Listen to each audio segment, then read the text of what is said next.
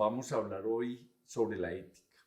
Vamos a conversar algunos aportes que la ética nos hace para transformarnos nosotros como seres humanos, para transformar el mundo. Y el mundo es el espacio de nuestra familia, de nuestro trabajo, de nuestra sociedad, etc. Empiezo con una frase de una de las personas más importantes en la ética contemporánea, el doctor Van Potter.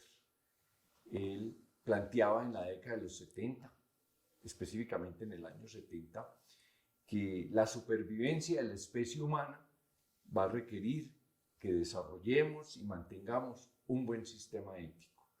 Él estaba preocupado por la calidad de vida que teníamos los ciudadanos en ese momento en el mundo, por problemas ambientales, por problemas de tensiones entre los países, guerras, etc., pero también de que la especie humana sobreviviera. Y por eso es uno de los que nos ha ayudado a entender cuál es el papel de la ética contemporánea en la vida de una sociedad. La definición que vamos a mirar es la definición de él. ¿Qué es una buena definición? No la voy a leer, sino que voy a extraer unos elementos que me parecen muy importantes.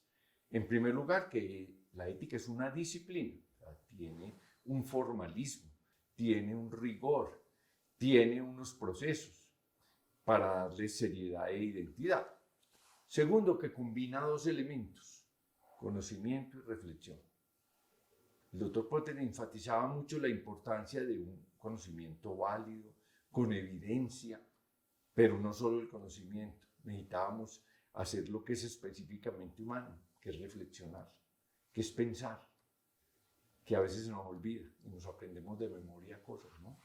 Reflexionar, o sea, ponerle el contexto a ese conocimiento, a esa realidad, a ese problema que queremos abordar.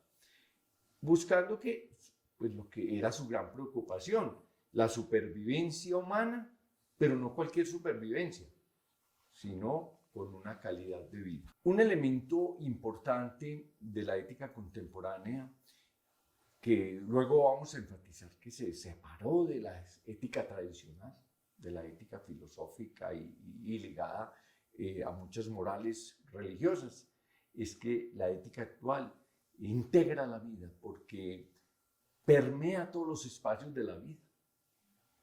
No solamente es una manera de ser, es una manera de comportarnos, sino que llega a todos los espacios, a nuestra vida privada, a nuestra vida de familia, a nuestra vida en la sociedad, en el trabajo, etc. Y es consistente porque si tenemos esa claridad de esa actitud ante la vida positiva y de contribuir a que esa vida sea mejor, tanto individual como colectivamente, pues no vamos a tener dificultades para actuar de acuerdo a unos principios éticos que mencionaremos más adelante. Y porque finalmente, ¿qué es lo ético? Lo que beneficia al ser humano de manera individual y de manera colectiva. Porque no debemos hacer como una antinomia que es o el individuo o la sociedad, no. El individuo y la sociedad, porque al fin y al cabo la sociedad está compuesta de individuos que aprenden a trabajar colectivamente, que aprenden a convivir, que aprenden a respetar sus diferencias. Hay dos características que siempre me gusta plantear cuando hablamos de la ética contemporánea, y es que hay una ruptura que uno podría situar por los años 70, pero estos procesos se van trabajando progresivamente y de pronto a flor, entre la nueva ética, que hemos llamado la bioética, o la ética civil, o la bioética civil, son nombres para designar las mismas realidades que la separan de la ética clásica. Y es el carácter dialógico del procedimiento, o sea, es en el diálogo, en la argumentación, en la contraargumentación, como los seres humanos llegamos a acuerdos. Pero segundo, la interdisciplinariedad. La ética no es patrimonio ni de los filósofos, ni de los teólogos, ni de los humanistas, no, de todos los seres humanos, desde la disciplina donde trabajemos o del oficio. Confluyen todas las miradas, por eso los comités de ética se enriquecen cuando tienen al abogado, tienen al ingeniero, al médico, al filósofo, al sociólogo, al psicólogo, etcétera, etcétera. O sea, es interdisciplinar. Durante muchos siglos era muy privilegio de, sí, generalmente del filósofo y del teólogo. Esos dos eran como los que hablaban con cierta autoridad y los demás como que oían. Hoy no, hoy todos participamos y eso hace que esta ética no sea un decálogo de prohibiciones o esto hay que hacerlo, como en algún momento con las morales se da, que uno casi que saca el librito del bolsillo y dice, sí, está bien, la moral lo autoriza o no lo autoriza. No, la ética nos pone a pensar y a llegar a acuerdos y a respetar esos acuerdos a los cuales llegamos. Un poco vamos a hablar sobre los principios muy generales de la ética contemporánea, de los más importantes, de los que algunos han llamado deberes prima facie, o sea, deberes que deberían primar sobre los demás, que deberíamos siempre tener en cuenta en sociedades que son hoy pluralistas. Estamos viendo un mundo muy interesante, el mundo de McLuhan. McLuhan nos había dicho hace un buen rato que el mundo era una aldea global o que se iba a ir convirtiendo progresivamente en una aldea global y que entonces todas esas barreras de países, de todo, iban a desaparecer en el sentido de que íbamos a tener influencia de todas las culturas, de todas las maneras de ver la vida y que en un momento dado íbamos a llegar a encontrarnos personas con visiones muy distintas, pero que si no aprendíamos a respetarnos íbamos a entrar en conflicto. Uno de los tratadistas de la ética contemporánea, Engelhardt, ha planteado un concepto muy bonito. Dice, es que el mundo de hoy es un mundo de extraños morales. ¿Eso qué quiere decir? Extraños es que es diferente a la moral que uno tiene. O sea, dos personas pueden estar sentadas en un sitio y ser extraños morales porque tienen dos visiones morales, o sea, dos maneras de mirar el mundo desde su moral.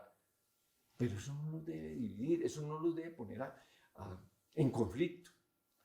Y cuento una anécdota que ha sido muy sencilla, pero ejemplifica esto. Alguna vez iba a dar una conferencia a un hospital de Lima y en el avión de Avianca se sentó un señor al lado, un señor amable, me saludó, me contó que era un empresario del sector farmacéutico. Le dije, bueno, mire, yo soy médico. Entonces me empezó a hablar pues, de lo que hacía y de que iba a Sudamérica a visitar sus clientes porque vendía muchos de sus medicamentos en Perú, en Chile, en Argentina, en Uruguay, etc. En un momento del viaje, la azafata muy amablemente nos dice, señores, vamos a servir la comida. ¿Ustedes qué quieren comer? Tenemos dos opciones, o pescado o cerdo. Yo levanté la mano y dije, para mí cerdo. Y el señor me mira asustado. ¿Usted va a comer cerdo? Me interroga. Y yo le dije, sí, yo entiendo que no debería comerlo porque sufro de colesterol, tengo mi colesterol elevado. Y la carne de cerdo puede subir el colesterol. Pero le dije de una manera jocosa, como lo que le dan a uno en un avión es una muestra médica, porque es una cosita así chiquita, eso no me sube el colesterol y me va a dar el gustico de comer. El señor me mira y me dice, no, es que no, yo no estoy preocupado que usted coma cerdo porque el cerdo le suba el colesterol. Es porque el cerdo es un animal impuro. ¿Y usted cómo se va a comer carne de un animal impuro? Usted sabe lo que lo afecta a usted. En ese momento yo dije, estoy con un extraño moral, con los famosos extraños morales. Lo miré de manera amigable y le dije, usted y yo estamos en dos orillas morales, o sea, dos orillas distintas de interpretación del mundo, de la vida, etc. Pero tenemos que ser capaces de seguir viajando, conversando, como lo estamos haciendo tan amigablemente. Entonces, por favor, permítame a mí comerme mi cerdito, que para mí no tiene ninguna connotación moral. La única connotación es que me sube el colesterol y como es tan poquito, pues probablemente ni siquiera me lo subo. Entonces déjenmelo comer. Pero yo no le voy a decir a usted que coma cerdo, no.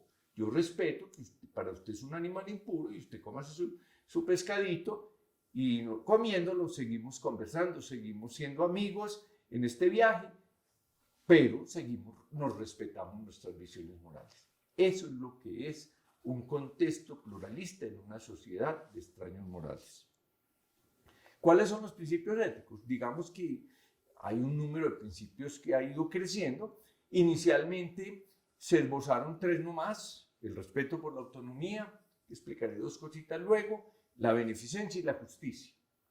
Luego, más adelante, hacia finales, esos se plantearon en el informe de Belmont hacia mitad de los años 70, pero hacia el final de los 70 algunos plantearon, específicamente Becham y Children, 2 personas muy importantes en la sociedad norteamericana.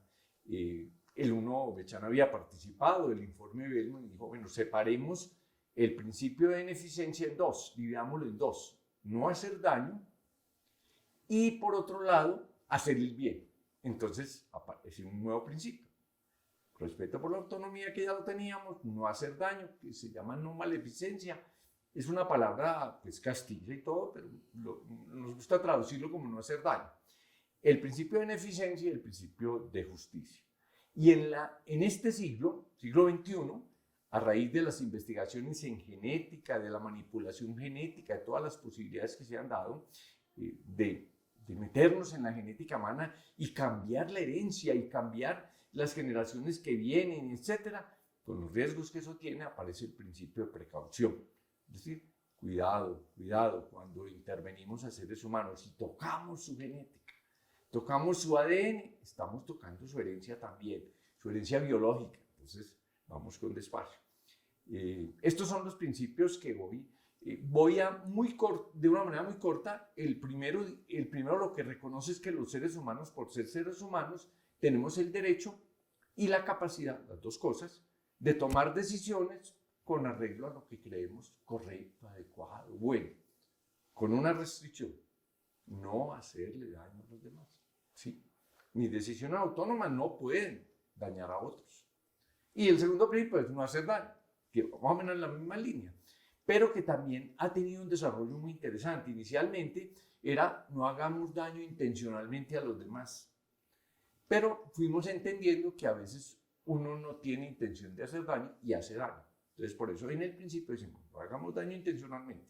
Pero segundo, preguntémonos por las consecuencias de nuestras decisiones. Hay decisiones con buena intención que hacen daño. Entonces, ese es una base.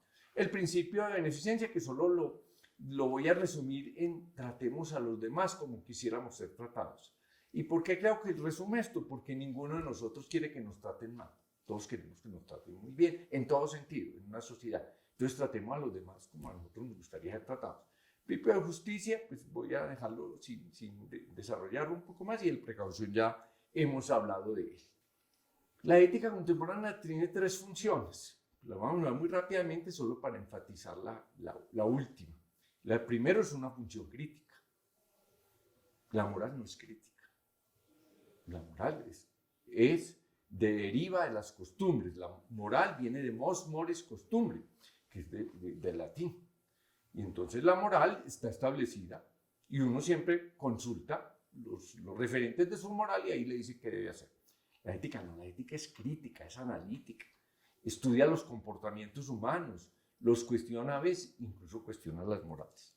Segundo, la ética determina unos principios para que nos orienten en términos de cómo tomar buenas decisiones, básicamente, y buenas decisiones, las que a la sociedad le ayudan, le sirven para ser una mejor sociedad, y al individuo probablemente que está en esa sociedad. Y tercero, bien interesante, ayuda a que esas buenas decisiones contribuyan al sentido, a generar un sentido de la vida para ser felices. Aquí ha aportado mucho en ese sentido Víctor Frank, este famoso psiquiatra que estuvo en los campos de concentración nazi, que luego escribe una serie de libros de los cuales, pues para mí el más recomendado es El hombre en busca del sentido. Dice, lo más importante para un ser humano es encontrarle sentido a lo que hace, si no, su vida es de una baja calidad y sufre mucho por eso. Entonces la ética contribuye a que le encontremos sentido a la vida para ser felices. Porque finalmente, si al llegar, cuando acabamos nuestra vida, cuando estamos viendo cerca el terminar la vida, no hemos sido felices, quiere decir que fracasamos en nuestro. Voy a entrar en dos temas que se derivan de estos elementos. Uno, lo que llamamos las relaciones vitales del ser humano.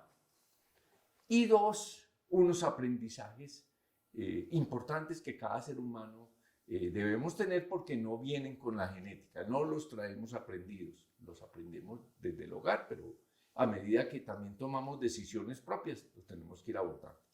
Las relaciones vitales del ser humano son cosas aparentemente muy sencillas, y digo aparentemente porque implican también una racionalidad, un compromiso, pero son sencillas en el sentido que nos planteaba Antoine de Saint-Exupéry, el autor del Principito, ese libro, de los mejores libros que se ha escrito en la historia de la humanidad, incluso es el tercer libro más editado en el mundo, solo lo superan dos, que es razonable que lo superen, la Biblia y el Corán, claro, porque tienen múltiples creyentes en todo el mundo, entonces con solo ellos ya, pero de ahí este libro aparentemente tan sencillo es un mensaje de vida, de cómo vivir una vida de calidad. Y él nos decía, el Principito, pues Saint-Exupéry por boca del Principito, lo esencial, lo fundamental es simple y sencillo.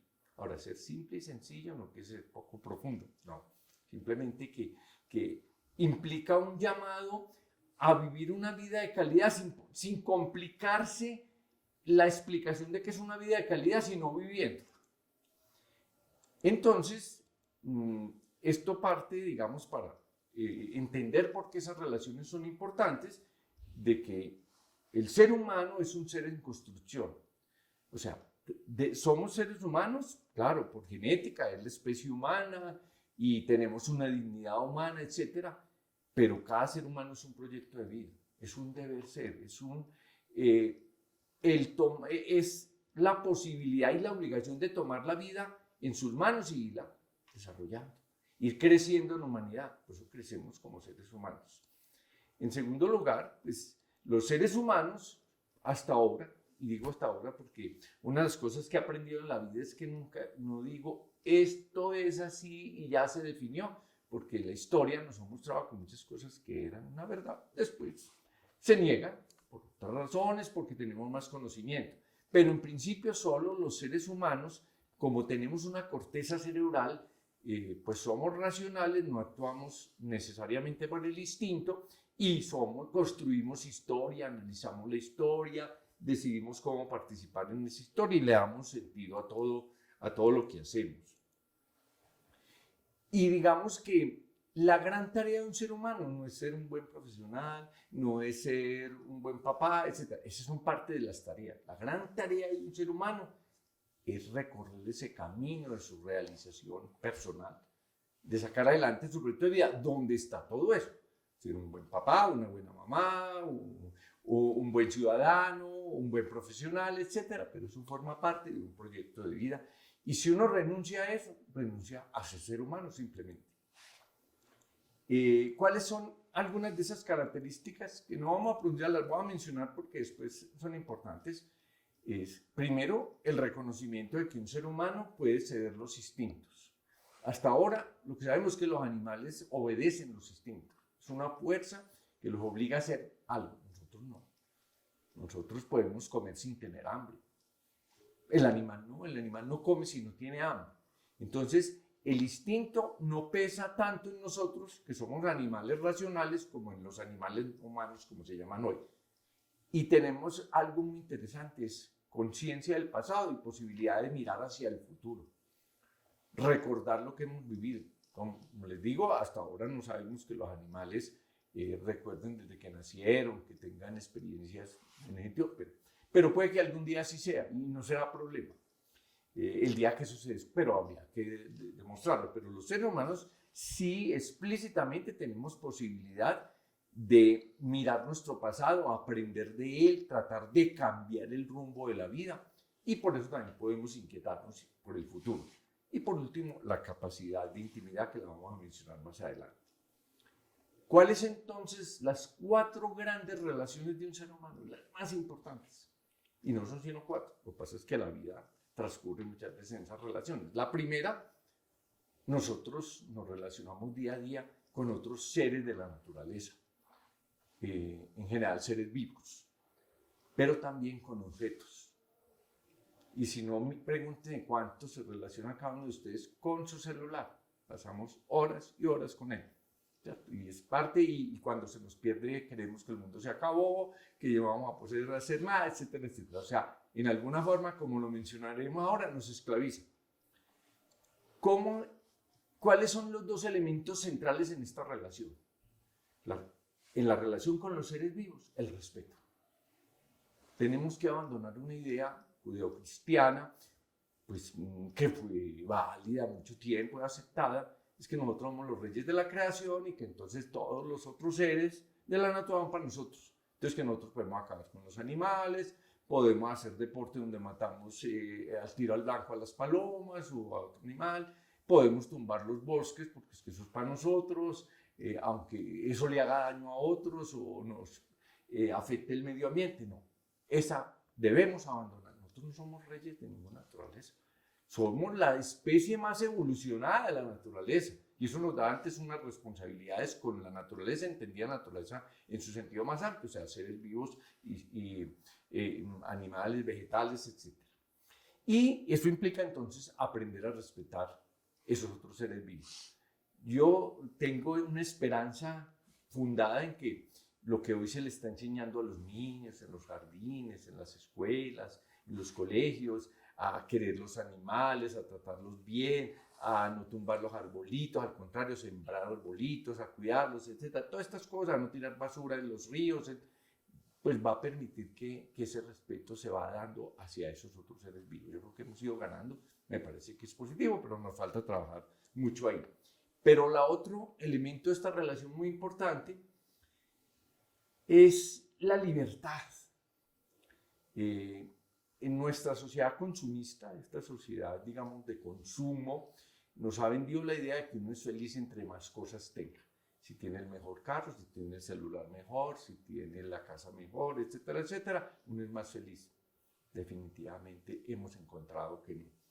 Y pongo aquí como dos ejemplos. Uno, Luc Montagnier, Premio Nobel de Medicina, descubridor del virus del SIDA, nos contó una vez en Bogotá, que vino a Bogotá, antes de que le dieran el premio Nobel, porque el premio Nobel fue el reconocimiento hace 5 o 6 años de haber descubierto el virus del SIDA, que eso ayudó mucho pues, para poder enfocar los tratamientos, aunque todavía no tengamos la vacuna. Nos contó que a su oficina del Instituto Pasteur de París llegó uno de los hombres más ricos del mundo, en esas listas de esos rankings de hombres más ricos del mundo. Llega un día a la oficina y le dice: doctor Montagnier, vengo a hacerle una propuesta. Le doy la mitad de mi fortuna para que usted investigue, o sea, no para su fruto personal, no para el instituto. A cambio de dos cosas vengo a pedirle. Entonces Montagnier nos contaba, nosotros los investigadores sufrimos de falta de dinero para investigar, tenemos muchos problemas en el mundo que tenemos que investigar. ¿Cuáles son las dos cosas? Le pregunta a este señor y él dice: una, salud. El señor le había dado una enfermedad que es relativamente rara, que se llama miastenia gravis. La miastenia gravis es una enfermedad donde los músculos van perdiendo la fuerza. Llega un momento en que pierden tanto la fuerza que no se puede sostener, ni siquiera este músculo palpebral se sostiene, entonces la persona le cae y se le cierran los ojos. Entonces ustedes verán pacientes con miastenia gravis con un esparadrapo levantándose los párpados. Pero como el corazón es un músculo cardíaco, hay un día que el corazón ya tampoco tiene fuerza y mueren por eso. Y este señor no quería morir. Entonces caminó el mundo buscando tratamiento a la miastenia gravis y no había en ese momento, y todavía, digamos, no hay un buen tratamiento. Entonces Montagnier le dijo: primero, yo trabajo con enfermedades infecciosas, etcétera, pero además no sé dónde le pueda ofrecer un tratamiento que lo cure la miastenia gravis. No le puedo ofrecer salud. ¿Cuál es la otra petición? Un poquito de felicidad.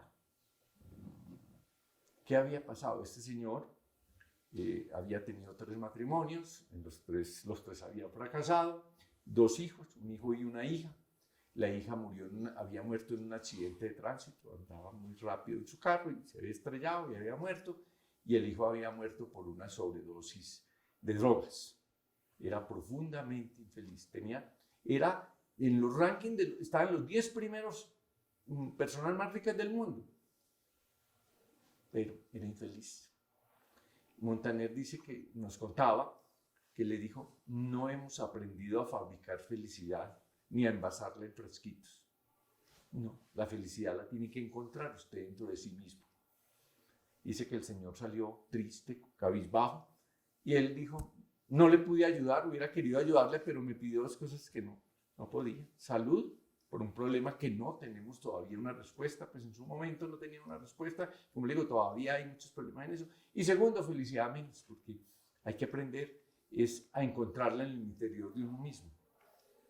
Como decían los faraones, los Ptolomeos, que fue una generación de faraones, les gustaba mucho tener asesores que fueran ciegos. Ante la pregunta, bueno, ¿por qué un asesor ciego? Y era que los faraones creían que los ciegos tenían el ojo al revés. Entonces, no veían afuera, pero entonces se veían adentro. El ojo miraba era hacia adentro. Como miraban adentro, pues podían dar un buen consejo al faraón. Entonces, en esta relación insisto mucho en la libertad, porque es aprender a no poner en las cosas la posibilidad de ser feliz. Los objetos no nos hacen felices, nos quitan muchas veces la felicidad. Yo creo que a muchas personas el celular, que sirve tanto, les ha quitado también felicidad, espacios. Segunda relación, esta primera, insistir en las dos cosas, en el respeto y en la libertad. La segunda es con los otros seres humanos. El ser humano es un ser con nosotros. Nosotros no somos capaces de vivir solos, no somos capaces de proveernos la alimentación, la vivienda, dependemos de otros. Durante muchos años, cuando nacemos, dependemos de lo que hacen nuestra mamá y nuestro papá, y al final de la vida terminamos dependiendo de otros. Entonces somos un ser con nosotros, los necesitamos, y por eso debemos desarrollar un aprendizaje, que lo vamos a identificar un poco más adelante, es a convivir en la diversidad, no en la uniformidad, sino en la diversidad. Pues tocaremos un poquito más este tema, entendiendo que todo lo que hacemos actúa como un boomerang. Recuerden que el boomerang uno lo tira y él se devuelve. Todo lo que uno hace a los demás, a la naturaleza, a los seres vivos, se devuelve a nosotros. Uno recoge lo que ha sembrado. Entonces, en la medida en que yo entiendo eso, pienso, bueno, ¿qué es lo que voy a hacer en mi relación con los demás? El respeto, la solidaridad, etc. ¿Qué es lo esencial en esta relación? Pues básicamente un poco lo que los principios éticos ya han planteado. No haga daño, por favor, no le haga daño a los demás. Segundo, respétele su autonomía. Ellos también tienen derecho y tienen la capacidad de tomar decisiones. Simplemente pidámosle que cumpla las restricciones de la autonomía, no hacer daño. Tercero, seamos solidarios, hay seres humanos que necesitan nuestra mano. Ahora en esta pandemia y en otros problemas de salud que ha habido en otros tiempos, hemos entendido la importancia de la solidaridad. Hacer el bien, que es dar un paso más allá de no hacer daño, y finalmente la justicia. Tercera relación es con nosotros mismos, de las más complicadas. Es esa capacidad de nosotros conocernos a nosotros mismos. Recuerden al filósofo, conócete a ti mismo. Ahí una de las cosas más importantes. Encontrarle sentido a la vida.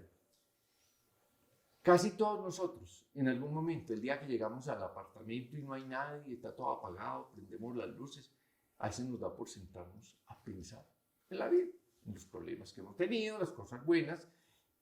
O sea, cada uno de nosotros, excepto que huyamos, porque es probable que lo vamos así, huir de nosotros mismos, en el sentido de que no quiero pensar sobre mi vida, nos hacemos esa pregunta de cómo es mi vida, cómo la quiero, es así como quiero vivir o quiero cambiar. Esa pregunta, lo que pasa es que nos da mucho temor enfrentarla, pero debemos hacerlo. Nosotros deberíamos aprovechar, en vez de llegar a la casa y todo apagado y prender las luces y poner un radio que nos haga bulla, sentarnos un ratico y poner una música clásica o simplemente sin nada, pensar, bueno, ¿cómo va mi vida?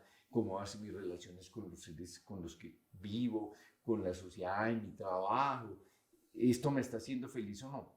Porque lo que algunos autores dicen, especialmente gente que ha trabajado con pacientes moribundos, como la doctora Elizabeth Kubler-Ross, digamos la fundadora de la tanatología, del cuidado del paciente moribundo, dice, algunos se dan cuenta muy tarde de lo que era importante.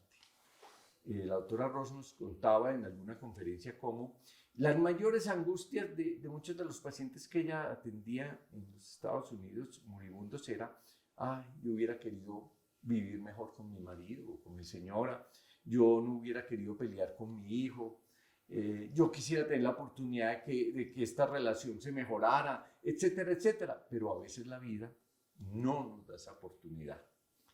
Y los seres humanos siempre eso nos va a mantener con una cierta intranquilidad. Intranquilidad positiva en el sentido de que no sientes una inercia en la vida como hacer lo que he hecho siempre igual, sino siempre cómo vivo mejor, cómo aprovecho el hoy, que es lo único que tengo. Los seres humanos podemos pensar en el futuro, claro, podemos inquietarnos por el futuro, pero en nuestro hermano está el hoy.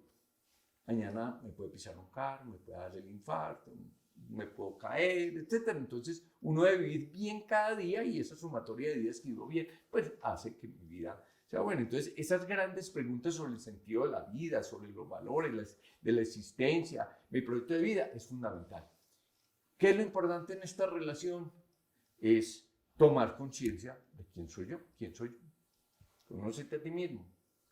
Entonces eso implica mirarnos hacia adentro, cerrar un poco los ojos para, como los asesores de los faraones, mirar adentro y uno proponerse ser feliz. Y el proponerse implica que entonces se ejecuta un plan para llegar a ser mucho más feliz. Y la cuarta relación vital es con el absoluto. Llamémoslo Dios, la trascendencia, la eternidad, el ser supremo, Alá, como queramos. Todo ser humano tiene que preguntarse por esa trascendencia, sabiendo que hay dos trascendencias y las dos las deberíamos trabajar. La que llamamos la trascendencia inmanente es que uno deje huella donde esté. Uno no debería laborar en una institución, vivir en una comunidad, en un barrio, en una unidad residencial, etcétera, etcétera, sin dejar huella de su paso. O sea, que cuando uno abandone esa institución, por cualquier razón, porque se jubila, por otro lado, quede allí alguien que diga, valía la pena esta persona, cómo contribuyó a esto, nos dejó esto, lo otro. O sea, que lo recuerden a uno. Esa es la trascendencia inmanente. Deberíamos dejar huella donde esté, y huella pues positiva. Pero también hay la otra trascendencia, la pregunta, ¿qué pasa cuando morimos? ¿Qué pasa con nuestro espíritu? Bueno, cada uno se preguntará y encontrará respuestas. Pero todo ser humano que se pregunte por una vida de calidad se hace la pregunta de Dios. Se hace esa pregunta y se hace la pregunta de, bueno, el día que yo me muera, ¿qué pasa? ¿Qué sigue? Y habrá todas las respuestas, sí, cada uno encontrará su respuesta. Pero si uno empieza a entender que su respuesta es la suya, empieza a respetar la de otros. O sea, aprende a ser humilde frente a lo que otros también consideran que es importante. No es si es la mía. Aquí les cuento una anécdota muy bonita. Conocí al Dalai Lama, tuve una oportunidad fabulosa en la vida de estar en una reunión con el Dalai Lama, invitado por los padres jesuitas de la Universidad Javeriana en Bogotá, en una visita que el Dalai Lama hizo a Bogotá, privada, porque él tiene problemas, porque los chinos no quieren que él vaya a ningún lado y le protestan a los gobiernos. Entonces me invita el rector de la Universidad Javeriana, vamos a estar con el Dalai Lama, ¿usted quiere venir? Y ya mismo, ¿cuándo? Yo no puedo perder la oportunidad de conocer un ser humano tan valioso. Entonces, estuve allá. Yo le hice una pregunta al Dalai Lama, porque tuvimos una conferencia y luego lo que llamamos un conversatorio, que más era preguntas a él. ¿Qué le íbamos a enseñar nosotros a él? Puede que algo, sí, pero era más que nos enseñaran. Yo le dije, su santidad, porque esa es la forma de referirse al Dalai Lama, el budismo es la religión verdadera. Y este señor me miró con unos ojos penetrantes. Es una persona que inspira, no sé, bondad, nobleza, no sé, todo. y lo mira y como que lo leía uno por dentro. Se quedó mirándome y de pronto me dijo, no, el budismo no es la religión verdadera. Y dije, no, y este es como el papa, pensaba yo, este es como el papa de los budistas. Y como que él no dice que es la verdadera. Y se quedó mirándome y luego ya siguió la respuesta. Me dijo, es la que a mí y a millones de personas en la India, en la China, en Nepal, en Bután, en el Tíbet, etcétera, etcétera, nos ayuda a vivir en paz con nosotros mismos, en paz con los demás, en armonía con la naturaleza. Pero hay muchos caminos. Por el cristianismo se puede llegar allá, por el islamismo, por muchas otras religiones. Si a Dios se llega por muchos caminos, lo importante es tener un corazón abierto. Y la finalidad de la vida, nos decía el Dalai Lama, y es parte de esta relación vital, es que seamos, digamos, felices porque hemos desarrollado nuestro proyecto de vida muy bien, y es porque finalmente hemos manejado bien esas relaciones vitales. Al final de la vida, decía el Dalai Lama, y yo creo que es así, lo importante es si hemos sido felices. La doctora Kubler-Ross, que también tuve la oportunidad de conocer hace ya un buen tiempo en los Estados Unidos, decía, si uno al final no es feliz, perdió la vida. Fracaso es lo más importante, así tenga dinero, reconocimiento, sea una palabra muy importante, fracasó. En cambio puede ser muy sencillo, puede haber vivido con dificultades económicas, etcétera, etcétera, pero es feliz, cumplió. Ahí, y digamos, recordar esa frase del Dalai Lama, que fue de esa reunión, nuestro objetivo es la felicidad. El significado de la existencia viene dado por la felicidad. Y la felicidad, pues la clave es lograr paz interior. Eso no quiere decir no tener problemas, eso no quiere decir que haya dificultades, que no nos enfermemos, etcétera, etcétera, pero lograr tener paz interior. Recuerden lo que les mencionaba de Víctor Frank, cuando él decía, lo más importante para un ser humano es encontrarle sentido a la vida. Una vida sin sentido es terrible, es una carga, ¿cierto? Termino esta parte con una frase de Elizabeth Kubler-Ross, una mujer fabulosa, fabulosa. Los invito a leer el libro de La Rueda de la Vida, que es su autobiografía, ya nos cuenta toda su historia. Y voy a leer esta frasecita de ella para exactamente decirlo como ella lo plantea en La Rueda de la Vida. Vive de tal forma que al mirar hacia atrás no lamentes haber desperdiciado la existencia. Vive de tal forma que no lamentes las cosas que has hecho ni desees haber actuado de otra manera. Vive con sinceridad y plenamente. Vive con mayúscula. Esta es una mujer que yo les invito a leer porque aprendí mucho de ella. La conocí, vi que su mensaje era muy importante y el mundo entero le ha reconocido su papel.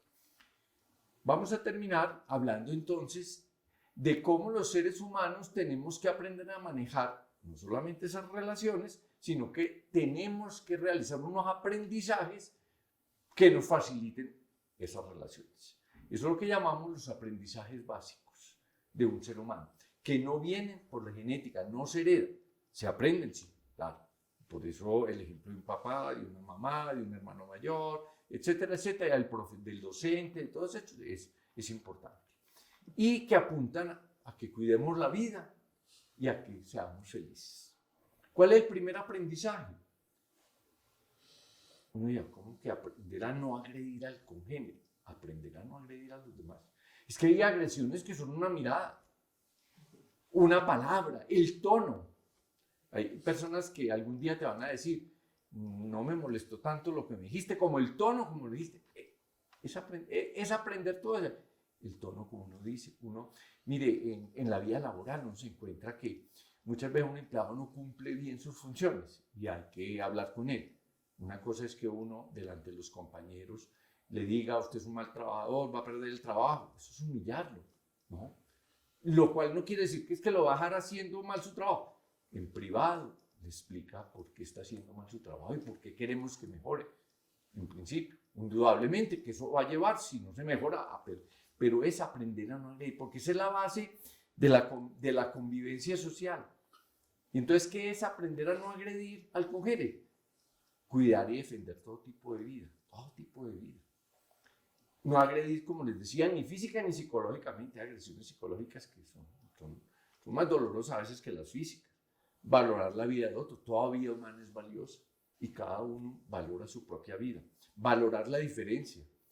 Y por eso tenemos que ser incluyentes, porque la diferencia hace el mundo más agradable. El mundo no es bueno porque todos somos iguales. Un pequeño ejemplo, en una conferencia en un hospital me dice un auxiliar de enfermería: doctor, es que mire, a mí me toca muy duro, trabajo con dos compañeras, la una es neurótica y la otra es muy callada, muy querida, pero muy callada. Entonces, no le parece muy duro. Entonces yo le dije, le voy a hacer una pregunta, piénsela. ¿A usted le gustaría que sus dos compañeritas fueran dos cloncitas? O sea, dos igualitas a usted repetida 2 veces. Y la muchachita, una niña inteligente, pensó y dijo, ay, ¿y uno de qué habla con una persona que es igual a uno? Y dije, ahí está, ese es el valor. Lo interesante, con esa que es neurótica también se habla. Y puede que tenga historias interesantes, y con la otra que es muy calladita, también. La diferencia, el mundo debemos buscar es unidad en proyectos, en el servicio que estamos prestando, pero no uniformidad. Y el respeto por la vida íntima de los otros, porque cada persona tiene su vida íntima y esa nosotros no debemos entrar allí. Segundo aprendizaje, aprender a comunicarse. Es la base de que uno se autoafirma como ser humano, como persona, como diferente, pero también del grupo. Y toda comunicación en alguna forma busca el reconocimiento y el entender que el otro es un interlocutor válido para uno. Uno cuando comunica con otro envía un mensaje y esperas que el otro lo traduzca. Y cuando digo traduzca es porque a veces una expresión que uno hace para otro significa otra cosa. Entonces por eso tenemos que aprender a comunicarnos, es aprender a llegar al otro y estar seguro que el otro me está entendiendo el mensaje y él a su vez me va a enviar mensajes. Y por eso la conversación es un medio de autoafirmación. Los niños hay estudios que muestran que los niños que educan solos, que los educa una nodriza o algo y que no comparten con otros niños, que no juegan con ellos, que no conversan, tienen graves problemas después para su desempeño social. ¿Qué implica este aprendizaje? Pues, hombre, crear, cuidar los espacios para que podamos conversar en los niveles que debemos conversar. Hay cosas que son de la vida íntima y se conversan en ese nivel, pero otras que son de la vida social. Aprender a comprendernos, a aclararnos, a decir, no te entendí, ¿quieres decir esto? O estoy así, o no entendí exactamente. A discrepar, pero también a coincidir, estoy de acuerdo contigo o no estoy de acuerdo y esta es mi razón. Y ser sensible en esos mensajes, a aceptar que a veces el otro, con las razones que me da, me está mostrando que él tiene una aproximación mejor a lo que es bueno en términos otros. Tercer aprendizaje, aprender a interactuar. Entonces, no hacemos daño, esa es como la base, pero luego nos comunicamos. Luego ya no solo nos comunicamos, sino que vamos a actuar unos con otros. Es la base de los modelos de sociedad y de organización social. Entonces es acercarnos a nosotros, ser capaz de disentir, pero sin dejar de convivir, aprender a vivir la intimidad en esos espacios que son de intimidad y no colectivos, y el respeto por los derechos humanos. El cuarto, damos otro pasito. No lo comimos, sino que decidimos en grupo. Y esa es la base de la política, de la economía. Y la convivencia social implica que aprendemos a decidir en grupo. Mire, las dificultades que tenemos a veces en una unidad residencial cuando decimos, bueno, vamos a reciclar la basura y entonces todo lo que tenemos que usar es unas bolsas de un color, del otro, las vamos a sacar tal día. Ese es el trabajo que nos da entender esa medida tan sencilla que apunta a la convivencia, apunta a preservar el medio ambiente, etc. Entonces, es un aprendizaje en todos los espacios que uno tiene. Eso implica concertar. A veces, volviendo al ejemplo de la unidad residencial, puede que a veces llegamos a concertar que a las 12 de la noche no puede haber música en un determinado nivel de ruido, pues que genere ya ruido, porque otros quieren dormir. Y llegamos a ese acuerdo y respetamos ese acuerdo, ¿cierto? Entonces, las reglas son claras, pero son compartidas y las hemos concertado. Eso implica ser capaz de argumentar y contraargumentar, pero sin fanatismo. Todo fanatismo lesiona, hace daño. Ser capaces de reconocer las razones de otros, por qué actúan así, por qué piensan que eso no es correcto, etc. Aceptar cuando la mayoría decide y nuestra decisión no fue la que fue aceptada. Sí, esa es la regla del juego. Vamos a aceptar la mayoría y vamos a actuar con compromiso a lo que decidió el grupo. El quinto es aprender a cuidarnos. Esa es la base de la salud, de salud, de seguridad social. Eso implica que cuidemos nuestra vida, que cuidemos la vida de los otros, que creemos condiciones para una buena vida en colectividad, el autocuidado, el entender muchas veces que cuando nos recomiendan no fumar, no comer excesivamente, determinadas cosas, pues eso es bueno para nuestra salud y entonces lo vamos adoptando como parte de nuestro estilo de vida. El séptimo ya es el cuidado del entorno, el medio, que es el fundamento de la supervivencia de la especie.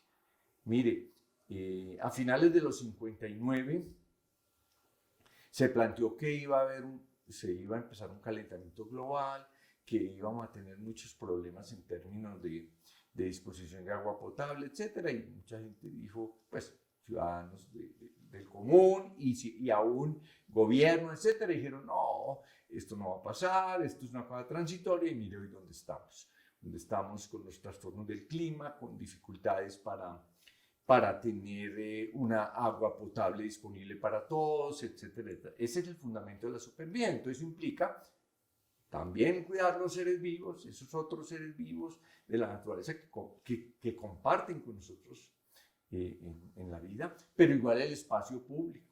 ¿Cómo nos da dificultad respetar el espacio público? A veces montamos el carro en el andén y ahí es por donde el ciudadano puede caminar sin riesgo en cosas tan sencillas como esa.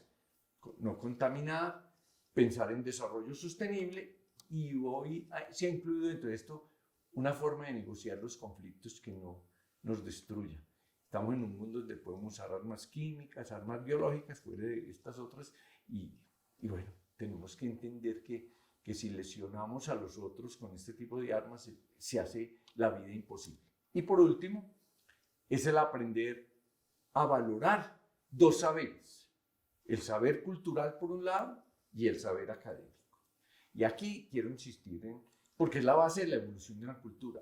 Esos dos saberes son importantes, son distintos, pero no podemos pensar, y nos pasa mucho a los académicos, que despreciamos el saber de las comunidades, el saber ancestral, el que nos han enseñado nuestros antepasados.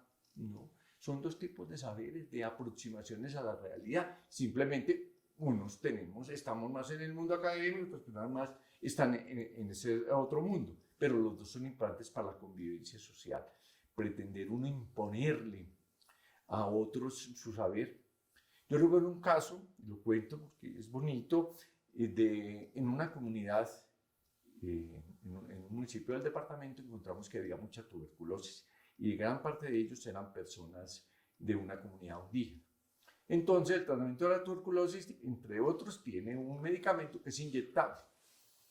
Cuando se hizo el diagnóstico y se le empezó a decir, usted tiene que ponerse todo día, ellos dijeron, no, nosotros no nos ponemos productos inyectables o inyecciones porque le pueden a uno meter un mal espíritu. Nos pusimos a averiguar qué hacíamos, porque si no se daba el tratamiento completo no se iban a curar, iban a desarrollar una tuberculosis resistente. Y alguien nos dijo, enséñeles al Jaibaná, que es como el médico de ellos, a poner las inyecciones. Explíquele, enséñele que la ponga. Y eso hicimos.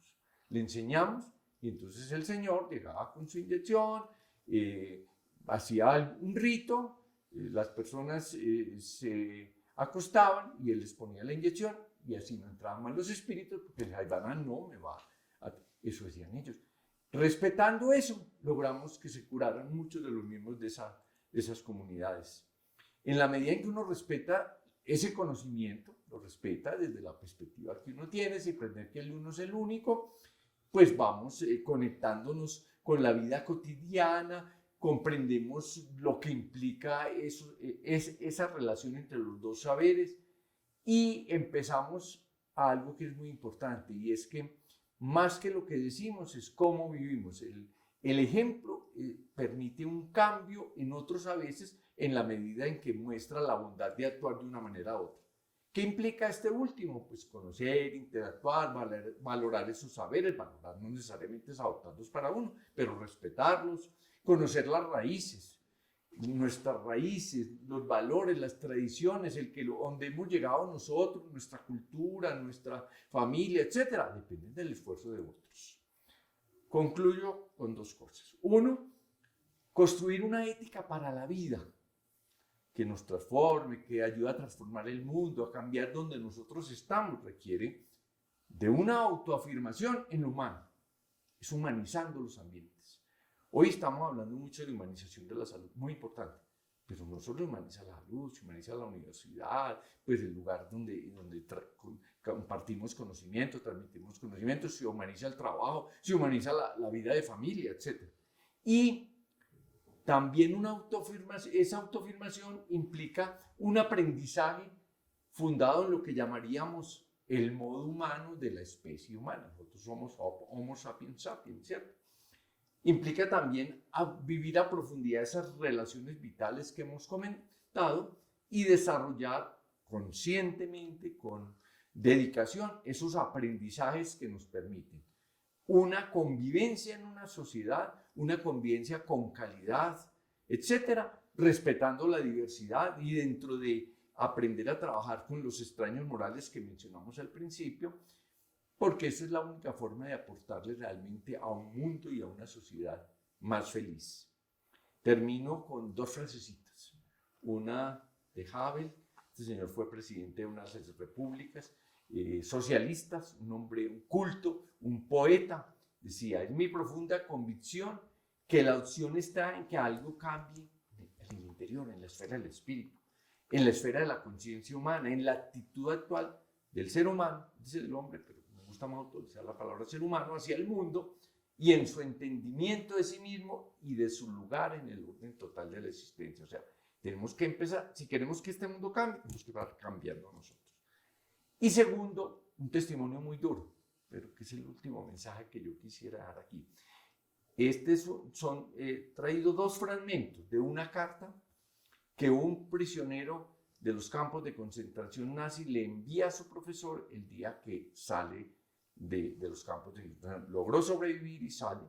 Y mire, dos frasecitas. Una, las leo textualmente por ejemplo. Querido profesor, soy un sobreviviente de un campo de concentración. Mis ojos vieron lo que ningún ser humano debería testimoniar. Cámaras de gas construidas por ingenieros ilustres. Niños envenenados por médicos altamente especializados. Recién nacidos asesinados por enfermeras diplomadas. Mujeres y bebés quemados por gente formada en escuelas, en liceos, en universidades. Como quien dice, yo viví este horror no por gente ignorante que no sabía qué estaba haciendo, por la gente más culta de mi sociedad. Por eso, querido profesor, dice hacia al final la carta de este señor Novinsky, dudo de la educación y le formulo un pedido. Ayude a sus estudiantes a volverse humanos. O sea, ser humano es un proyecto de vida. Su esfuerzo, profesor, nunca debe producir monstruos eruditos y cultos, psicópatas e educados. O sea, gente con un alto nivel cultural, con un alto nivel de cuento, pero profundamente inhumanos. Leer y escribir son importantes solamente si están al servicio de hacer de nuestros jóvenes seres más humanos. Y miren esta fotico de despedida. Esta es una foto en Auschwitz, campo de concentración de Auschwitz, cuando llegaron los rusos, donde la gente salió en unas condiciones deplorables, humanamente y físicamente. Entonces, a esta foto le agrega un famoso escritor que dice: sabemos que un hombre puede leer a Goethe o Rilke, o sea, los más importantes exponentes de la poesía alemana, por las noches. Puede tocar a Bach y Schubert e ir tranquilamente al otro día a trabajar en Auschwitz por las mañanas. Imagínense qué tristeza. O sea, cultura, música clásica, conciertos, ópera, leer lo mejor y ser profundamente inhumano. Definitivamente, el conocimiento no nos hace humanos por sí. es la reflexión y la decisión de ser un buen ser humano. Muchas gracias.